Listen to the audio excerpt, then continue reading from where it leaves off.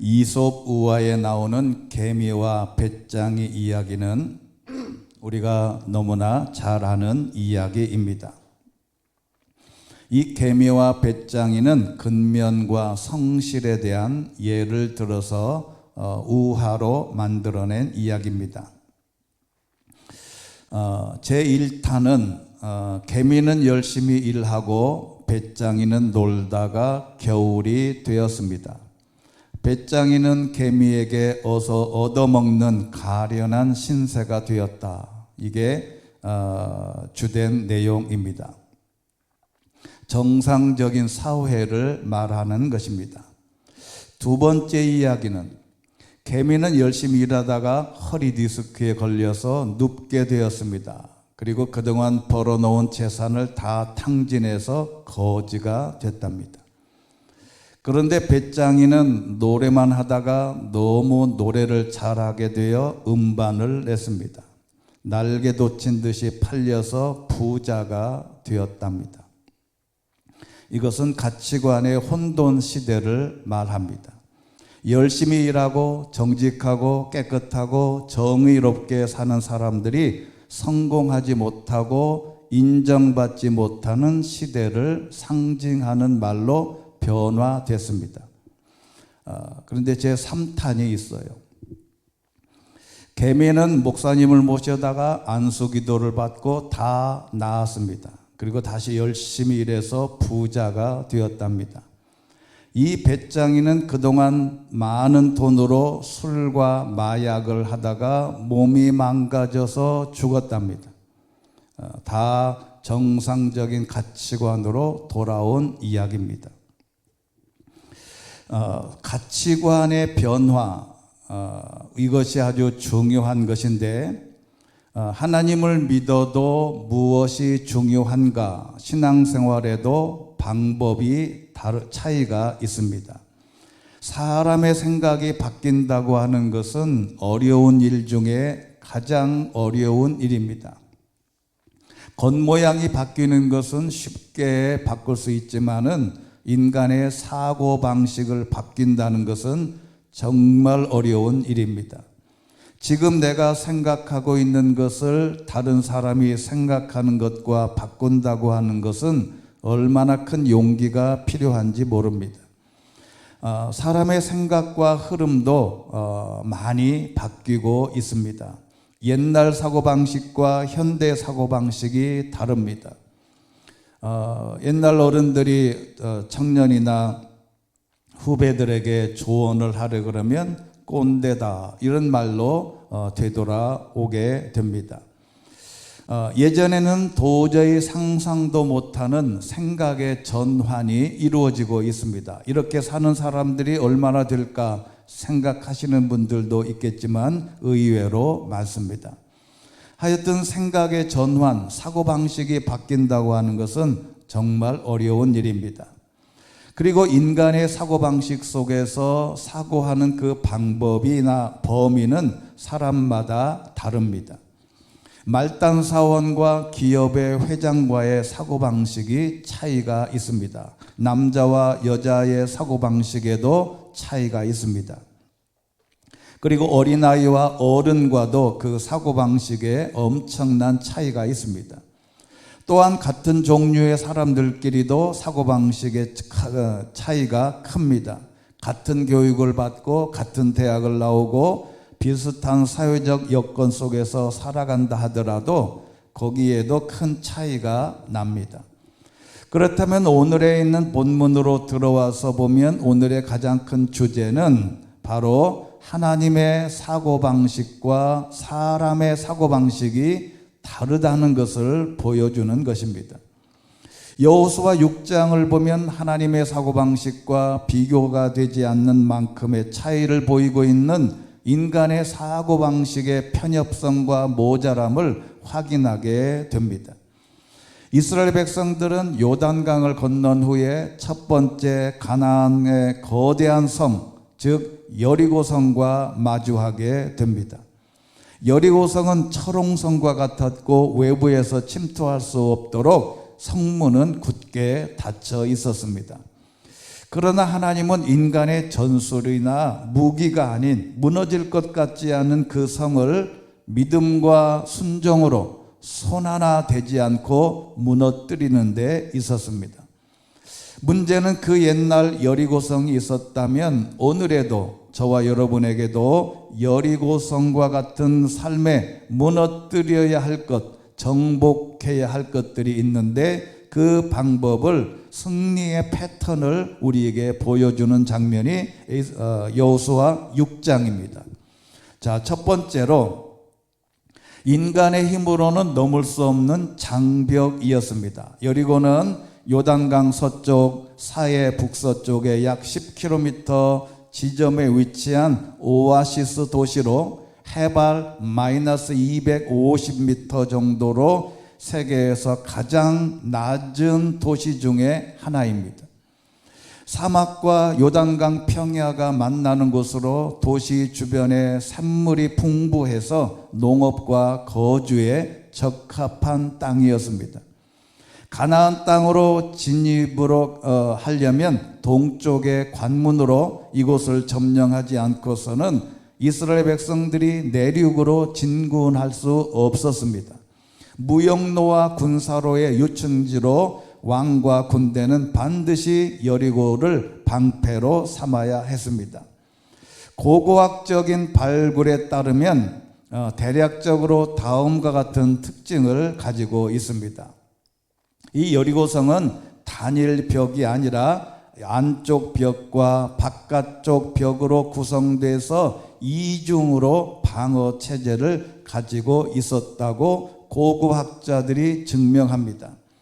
그래서 외벽은 약 2m의 두께로, 그리고 높이는 6에서 8m 정도로 되어 있는 성벽으로 쌓은 것입니다.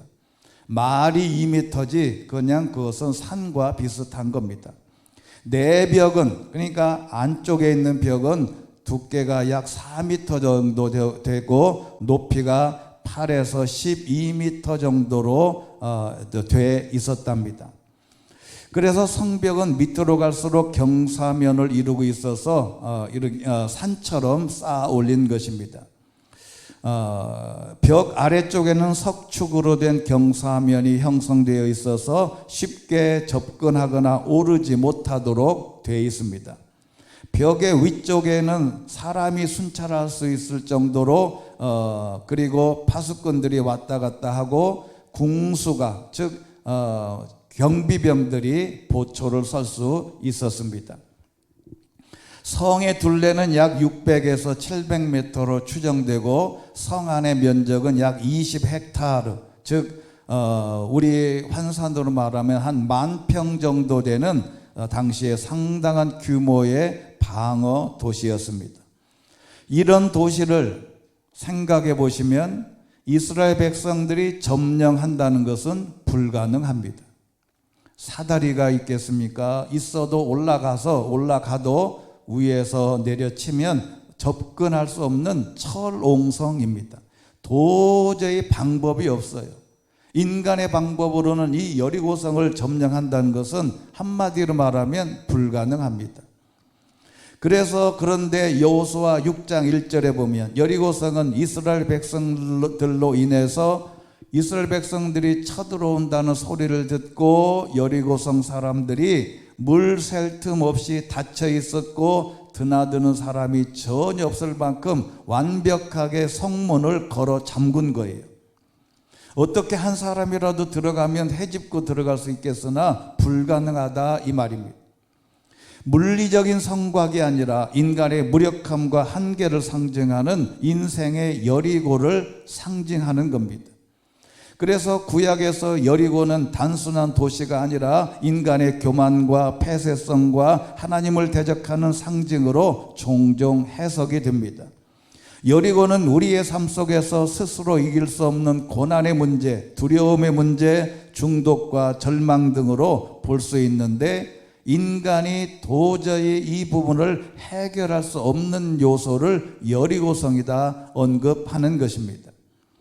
그래서 우리가 싸워야 할 요소가 많다는 것을 보여주는데 이미 사도 바울은 고린도후서 10장 4절 말씀 보면 우리가 가지고 싸우는 무기는 육체에 속한 것이 아니라 견고한 요새를 무너뜨리는 하나님의 능력이다. 즉 우리가 싸우는 무기는 육체에 속한 것이 아니라 우리의 몸으로 어떻게 할 수 없다, 그런 말입니다. 믿음의 사람에게서도 우리에게도 여리고성과 같은 무너뜨릴 수 없는 장벽을 만나게 됩니다. 그게 직장의 문제이든 건강의 문제든 또는 사업의 문제든 또 모든 문제 앞에 이 문제만큼은 나는 더 이상 불가능하다. 이 장벽, 어려움, 여리고성과 같은 점령해야 할 요소가 있다면 이 말씀에서 영감을 얻어야 합니다. 그래서 이런 여리고성을 무너뜨리려면 두 번째 방법이 필요한데, 하나님의 전략은 세상의 방식과 달랐다. 오늘 우리가 읽었지만 3절에 있는 말씀 보면 모든 군인들이 성을 둘러싸라. 그 성을 하루에 한 번씩을 돌아라. 그리고 4절에 있는 말씀 보면 제사장 7명이 법궤 앞에서 양의 뿔로 만든 나팔 7개를 들고 7번째 날에는 성 주위를 7번 돌고 제사장들은 나팔을 불어라, 이렇게 미션을 주신 겁니다. 그런데 중요한 것은 10절에 있는 말씀입니다. 우리 같이 한번 오늘 본문 중에 제일 중요한 본문 중에 하나입니다. 시작. 여호수아가 백성들에게 명령했습니다. 너희는 외치지 말고 소리도 내지 말라. 입 밖에 아무 말도 내지 말고 내가 외치라고 명령하는 날에 외치라. 아멘. 특별히 하나님이 요청하신 것은 성을 돌 때 외치지도 말고 말도 소리도 내지 말고 입 밖에 아무 말도 내지 마라. 성을 돌면서 야, 어제 저녁에 맛있었냐? 이게 정말 이렇게 돌면서 이게 무너질까? 하나님이 왜 엉뚱한 짓을 할까? 하나님이 이상하다. 이렇게 돌면 이 거대한 성읍이 무너질까? 라고 말할 가능성이 많기 때문에 이스라엘 백성들에게 하는 말씀은 침묵하라. 이 침묵은 하나님의 말씀을 향한 온전한 순종을 요구하는 상징적인 행위입니다. 침묵은 불신앙의 말을 삼키고 믿음의 내면을 준비하는 과정인데, 신앙은 말로 하는 게 아니다. 신앙은요, 그래서 논의의 대상, 논쟁의 대상이 아닙니다. 하나님의 말씀은 인간들이 모여서 대화를 하고 조별 토의를 했다면 어떻게 이루어졌을까? 결론이 뭘까? 서로 의견 교환을 했다면 무슨 일이 생겼을까? 아마도 많은 논쟁을 거치면서 안 된다. 어떻게 저렇게 거대한 성벽이 무너지냐? 불가능하다는 것으로 결론 맺을 수도 있었습니다. 야, 우리 같이 한번 내기 해볼까? 이 성벽이 무너질까? 우리가 한번 투표해 볼까? 여러분, 했다고 하면 어떻게 됐을까? 중요한 것은 그냥 믿음으로 받는 것입니다. 그렇게 될 줄로 믿는 것입니다. 그래야 침묵이 중요하다. 예전에 기독교 서적 중에 최고의, 아마 우리나라에 기독교가 들어온 이후에 제일 많이 팔린 책이 이 제자입니까? 라고 하는 시리즈 책이 아닌가 싶습니다. 이 책에 보면 마태복음, 마가복음, 누가복음, 요한복음이 있는데 이 후안 까를로스 목사님이 제5복음이 있대요. 그 제5복음이 뭐냐면 내가 복음입니다. 마태복음, 누가복음, 요한복음, 그리고 내가 복음. 단어 자체도 그렇고 표현 자체가 얼마나 기가 막힌 아이디어가 담겼는지 모릅니다. 모든 사람들에게는 하나님의 말씀보다 내가 복음, 즉 나는 어떻게 생각하고 있느냐, 그것에 관심이 많습니다. 하나님의 말씀하시는 것과는 별도로 하나님이 말씀하시는 것을 염두에 두지 않고 오히려 지금 내가 생각하고 있는 것, 그것이 일을 망치는 결과를 낳게 되는데, 바로 그것을 차단하기 위해서 하나님은 여호수아를 통해서 침묵해라, 말하지 마라, 이런 놀라운 기적을 가져온 이유를 히브리서 기자는 이렇게 설명합니다. 히브리서 11장 30절 말씀 같이 한번 읽겠습니다. 시작. 믿음으로 이스라엘 백성이 7일 동안 여리고성을 돌자 그 성벽이 무너져 내렸습니다. 아멘. 내가 복음, 내 생각, 내 판단, 하나님의 말씀이 주어졌는데 이 말씀을 내가 해석한 걸로 하지 말고 그냥 수용하라는 것입니다. 하나님의 말씀은 논의나 토론의 대상이 아닙니다. 그냥 믿음으로 받고 순종하는 것입니다. 믿음은 말보다 순종으로 증명되는 것인데, 때로는 설명되지 않는 하나님의 지시 앞에 우리는 순종해야 하고 차라리 침묵하는 게 좋다. 그리고 세 번째는, 이제 하나님의 나팔 소리는 하나님의 임재를 선언하고 전쟁을 선포하는 무기인데, 침묵하면서 나팔은 불어라, 이렇게 했다는 겁니다. 여러분, 이 나팔은 히브리어로 쇼파르인데 양의 뿔로 만든 것입니다. 이렇게 형태가 이렇습니다. 이렇게 양의 뿔을, 양을 잡은 다음에 긴 뿔이 있다면 그것을 뽑아다가 구멍을 내서 소리를 낼 수 있는 악기 또는 이걸 만든 것입니다. 이것을 영어 성경에는 트럼펫으로 번역해 놨습니다. 그런데 4절에 있는 말씀을 보면 제사장 7명이 법궤 앞에서 양의 뿔로 만든 나팔을 7개를 들고 7번째 날에는 성 주위를 7번 돌고 제사장들은 나팔을 불어라. 5절 말씀에 제사장들이 양의 뿔을 길게 불어라. 6절에 있는 말씀도 제사장 7명이 양뿔 나팔 7개를 들고, 8절에 있는 말씀도 양뿔 나팔 7개를 들고 또 불어라. 9절에 있는 말씀도 제사장들은 나팔을 불며 전진했습니다. 13절에 있는 말씀도 제사장들 7명이 양뿔 나팔 7개를 들고 계속해서 나팔을 불어라. 그리고 너희들은 침묵하고 조용히 해라. 그리고 계속 나팔을 불어라 할 때 나팔은 무슨 의미가 있을까? 이 나팔을 구약에서는 다음과 같은 의미가 4가지가 있습니다. 첫 번째는 하나님의 임재를 알릴 때 나팔을 불었습니다. 출애굽기 19장 16절 말씀 같이 한번 읽겠습니다. 시작. 3일째 되는 날 아침이 됐습니다. 천둥 번개가 치고 빽빽한 구름이 산 위를 덮은 가운데 우렁찬 나팔 소리가 울렸습니다. 그러자 진 안에 있던 사람들은 다 벌벌 떨었습니다. 하나님의 임재를 상징할 때, 임재를 상징하는 어떤 행위가 나오면 나팔을 길게 불러서 하나님의 임재를 알렸습니다. 왜 이걸 임재를 알렸냐? 사람들은 기적을 보고도 그게 기적인지 몰라요. 그러니까 이것은 기적이다, 하나님의 역사라는 것을 신앙에 영감 있는 지도자가 알려주는 겁니다. 두 번째는 성회를 소집할 때 나팔을 불었어요.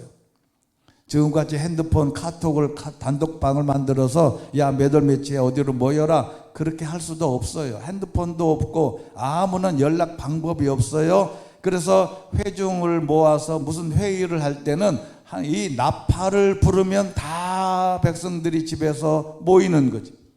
민수기 10장 3절에 있습니다. 나팔을 둘 다 불면 온 회중이 회막 입고 너에게로 모여야 한다. 그러니까 백성들을 모으려면 어떻게 하겠어요? 방송시설이 없지 않습니까? 그러니까 이 나팔을 막 길게 부르면 회중들이 다 회막 입구로 모여들었다.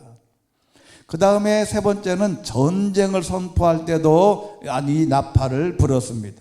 사사기 7장 22절에 보면 그들이 300개의 나팔을 불자 여호와께서는 미디안의 온 군대가 서로 자기 동료를 칼로 치게 하셨다. 전쟁을 할 때도 나팔을 불었어요.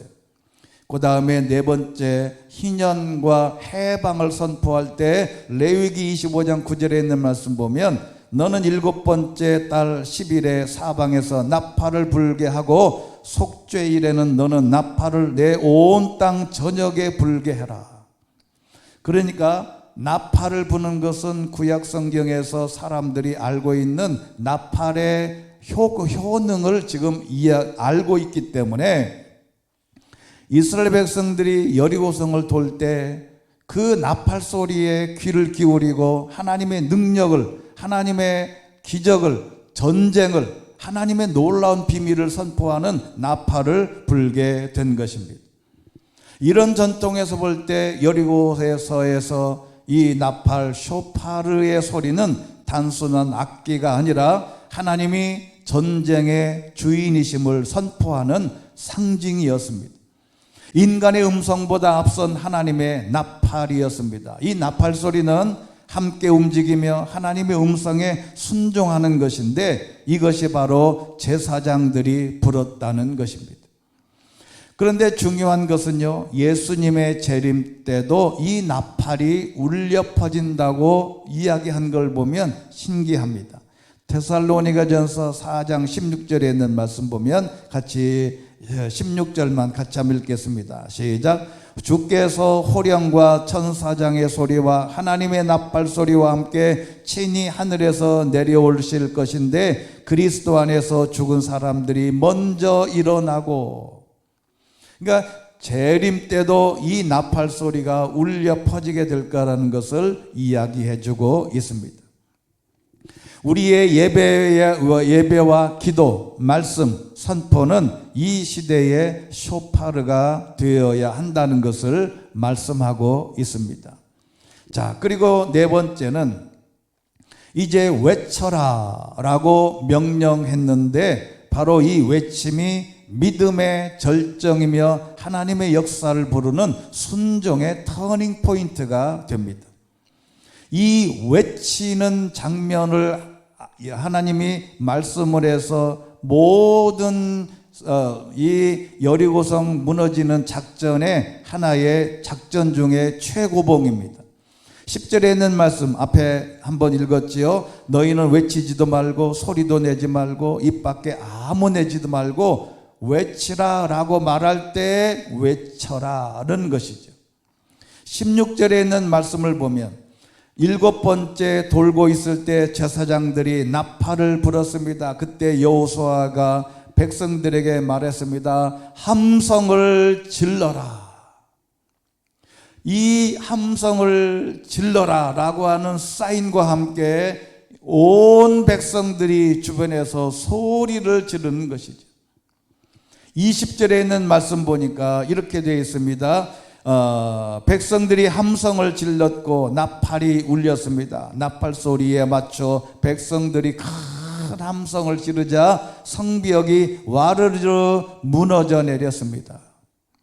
자, 그러면 이 외침은 단순한 감정의 분출이 아닙니다. 일주일간의 순종과 침묵 끝에 터진 믿음의 열매인데 이스라엘 백성들의 외침은 인간적인 힘이 아닌 믿음의 외침이요 하나님의 약속을 믿은 반응하는 선언적인 행위가 됩니다.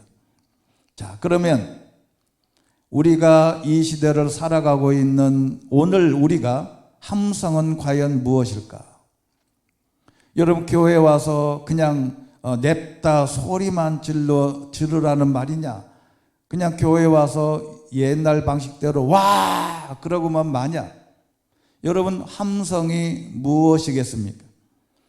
바로 이 함성이 울려 퍼져야 이 함성이 높을수록 하나님의 위대한 역사가 벌어지는 완벽한 믿음의 열매요 터닝 포인트가 되는 것입니다. 바로 여기에는 기도의 함성입니다.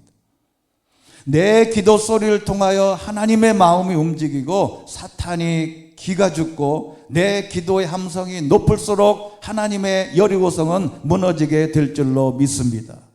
찬양의 함성입니다.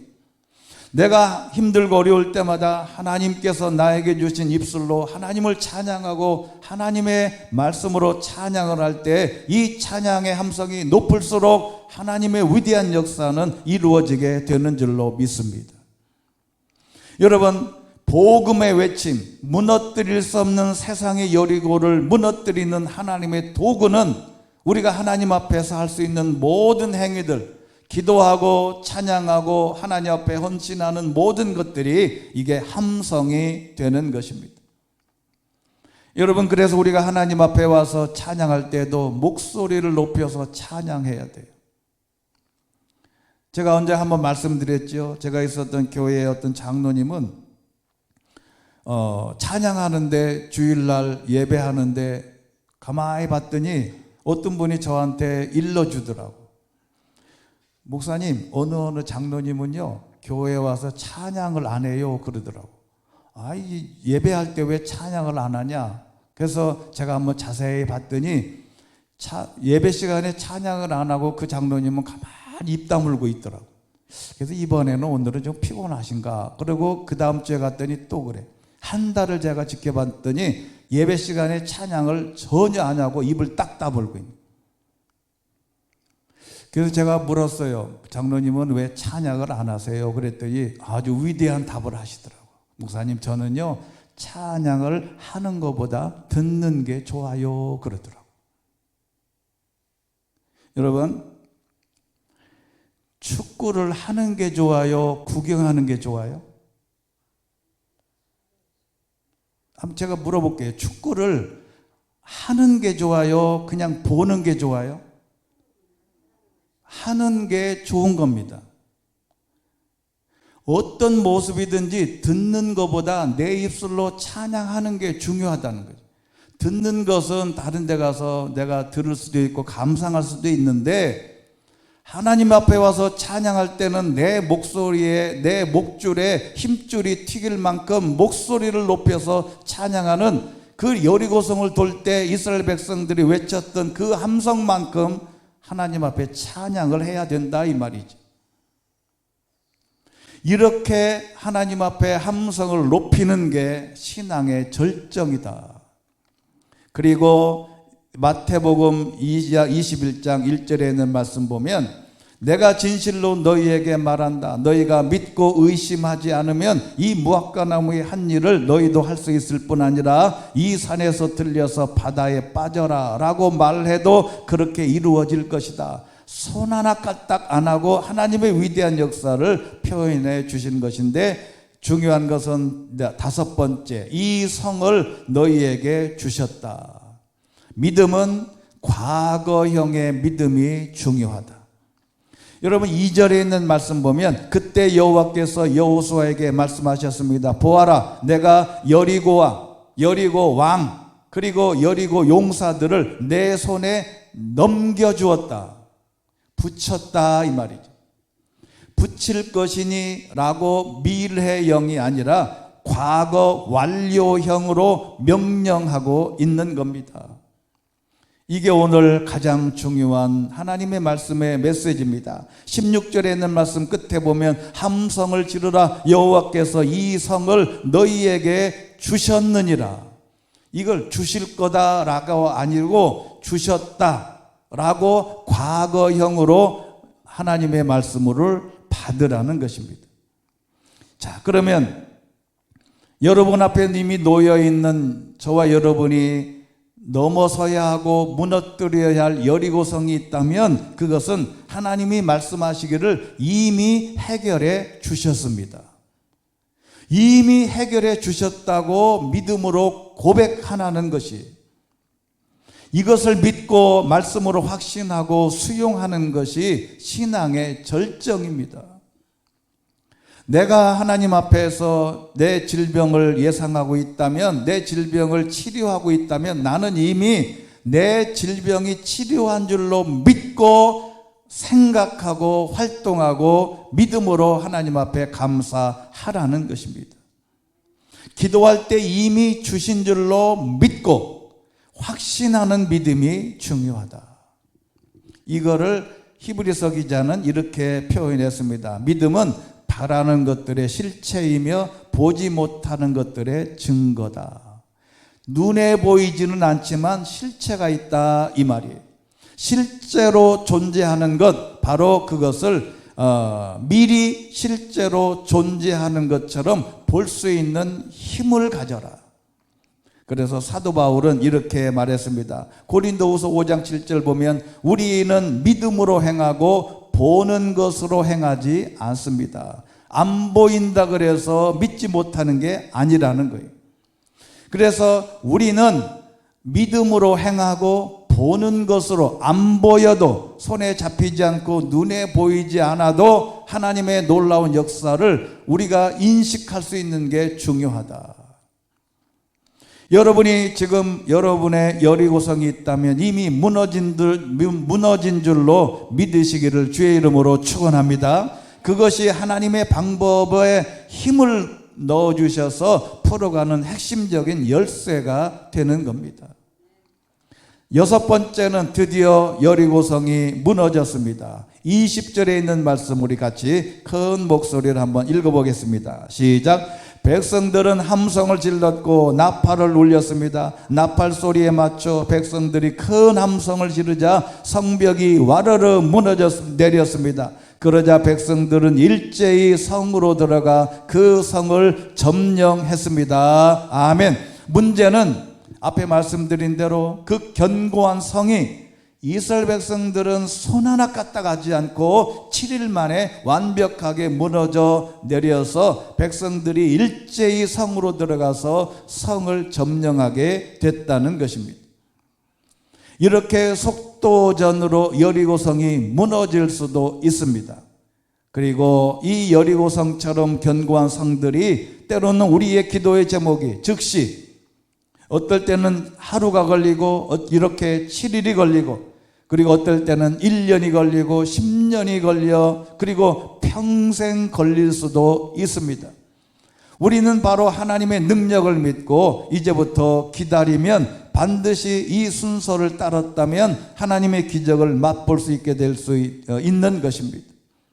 문제는 우리에게 이미 기도의 제목이 있다든지 점령해야 할 여리고성이 있다면 이미 해결된 줄로 믿고 이 예배당 문을 나설 수 있게 되기를 주의 이름으로 축원합니다. 그리고 기다리는 거예요. 그 기다리는 동안 하나님께서 모든 문제를 해결해 주셨다고 믿음만 강화시키면 됩니다. 축구 선수가 웨이트 트레이닝을 왜 합니까? 놀 때는 그냥 펑펑 놀다가 경기만 하면 되지. 그런데 경기 나가기 전에 운동하고 다리 힘을 기르고 뛰고 온갖 운동을 다 해서 몸을 다 만들어 놓은 다음에 필드에 나가서 싸우면 이기는 겁니다. 그 필드에 나가기 전에 우리가 해야 할 일은 하나님이 이 모든 문제를 해결해 주셨다고 믿고 그 믿음의 근력, 믿음의 체력을 길러오는 게 중요하다. 여러분이 하기스라고 하는 기저귀를 만드는 다국적 기업이 있어요. 오래전에 그 회사에서 99개국의 국가를 대상으로 기저귀를 제일 빨리 떼는 나라가 어딘지를 조사해 봤다 그래요. 왜냐하면 기저귀가 많이 팔려야 되잖아요. 근데 기저귀를 빨리 떼면 안 되잖아. 한 10살까지 기저귀를 차면 얼마나 좋아. 아주 부자가 되죠. 그래가지고 영업 차원에서 조사한 거예요. 그래서 99개 국가 중에 기저귀를 제일 먼저 떼는 나라가 어디였을까 분석을 해봤더니 어느 나라 같아요?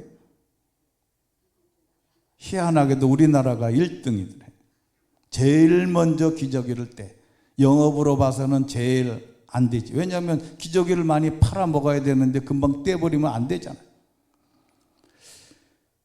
아이가 기저귀를 얼마나 빨리 떼는가를 두고 우리 아이의 영재성을 확인하려는 부모들의 경쟁 심리가 내재되어 있었다는 것입니다. 그러니까 말하자면 기저귀를 빨리 뗐다 그러면 우리 애가 영재다라고 위안을 삼으려고 빨리 떼버리고, 여전히 오줌은 싸고 옷은 다 버리는데 기저귀만 뗐다고 이게 영재가 되는 건 아니지 않습니까? 한마디로 조급하게 서두르는 부모의 심정을 이렇게 조사한 겁니다. 여러분, 우리가 일상생활에서도요, 보통 한국 고유의 요리는 지금 뉴욕에서 우리나라 한국 요리, 한국 음식이 아주 공전에 대박을 터뜨리고 있다 그래요. 어느 식당은 1인당 55만 원인데 벌써 6개월이 예약이 돼 있대. 못 먹어. 근데 우리는 매일같이 먹잖아요. 근데 이 한국 요리는요, 최소한 만들려면 1시간에서 2시간, 많게는 4시간, 또 시장 봐서 가져오고 하는 시간을 보면 엄청나게 길어요. 근데 우리가 먹는 데는 얼마나 걸려요? 20분이면 완벽해. 20분 아니에요. 어떤 사람은 그냥 국 떠다 주면 국에다가 밥을 말아가지고 그냥 후루루 마셔버려. 금방 끝내. 코스 요리를 내놓은 식당에 가면 나오는 대로 그냥 먹어치우고 다음 순서를 팔짱 끼고 기다려요. 왜 안 나와? 왜 안 나와? 대화를 하면서 음식을 대화를 해야 되는데 대화를 안 나누고 오로지 3일 굶은 사람처럼 계속 음식만 보고 있는 거예요. 조금이라도 늦게 나오면 종업원을 불러가지고 이 식당 장사하는 거요, 많은겨. 근데요, 이게 신앙에서도 비슷하다 이 말이에요. 여리고성은 7일 만에 무너졌지만 우리의 여리고성은 7일이 아니라 70년이 걸릴 확률도 있다. 그래서 잠언에서는 이렇게 말씀합니다. 두 가지 성경 구절을 읽고 마치겠습니다. 잠언 21장 5절 말씀 시작. 부지런한 사람의 생각은 풍성한 결과에 이르지만 마음만 급한 사람은 궁핍함에 이를 뿐이다. 부지런한 사람과 마음이 급한 사람, 하나님께 기도하고 하나님이 이 문제를 조금이라도 뒤에 연장되고 연기될지만 이 문제는 반드시 해결될 것이라고 믿는 그 조급함을 제하고 믿음으로 근력을 키워야 됩니다. 잠언 14장 29절 말씀 시작. 조급하게 화를 내지 않는 사람은 큰 명철이 있지만 성질이 급한 사람은 어리석음을 드러낸다. 아멘. 여러분, 우리의 신앙도 성질이 급하면 안 된다.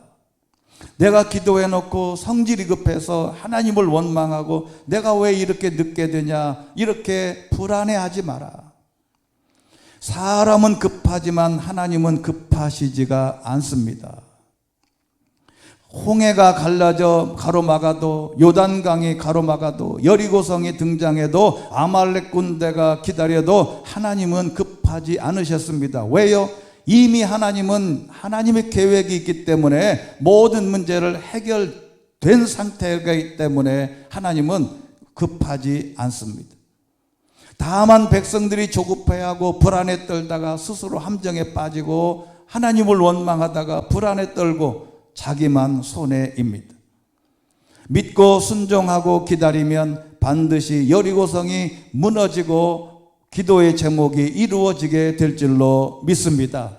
신앙인은 하나님의 능력을 믿고 섭리와 방법을 믿고 조급하지 않으며 기다림 속에서 자유와 행복을 누리며 살아가고, 그렇게 버티다 보면, 믿음의 근력을 키우다 보면 반드시 성취되는 여리고성이 무너진 날이 반드시 오게 될 줄로 믿습니다.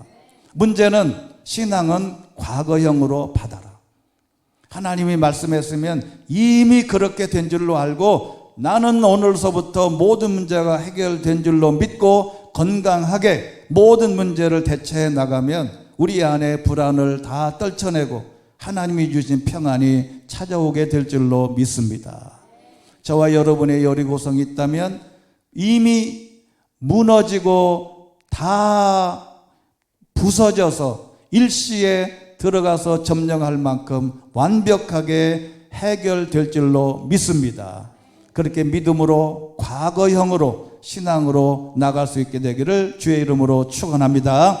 은혜가 풍성하신 하나님 아버지, 이스라엘 백성들 앞에 여리고성 감히 인간의 힘으로는 점령할 수 없고 접근할 수도 없고 어떤 방법도 없는 그 여리고성을 하나님의 말씀에 순종했더니 7일 만에 무너져 그들에게 놀라운 기적을 맛볼 수 있었던 것처럼 우리에게도 여리고성이 있다면, 점령해야 할 기도의 제목이 있다면, 해결해야 할 하나님의 모든 요소가 있다면 하나님의 말씀을 믿고 이미 이루어진 줄로 믿고 하나님 앞에 나아갈 수 있는 성숙한 믿음을 갖고 하나님 앞에 영광 돌리는 주의 백성들이 되게 하여 주시옵소서. 예수 그리스도의 이름으로 기도드리옵나이다. 아멘.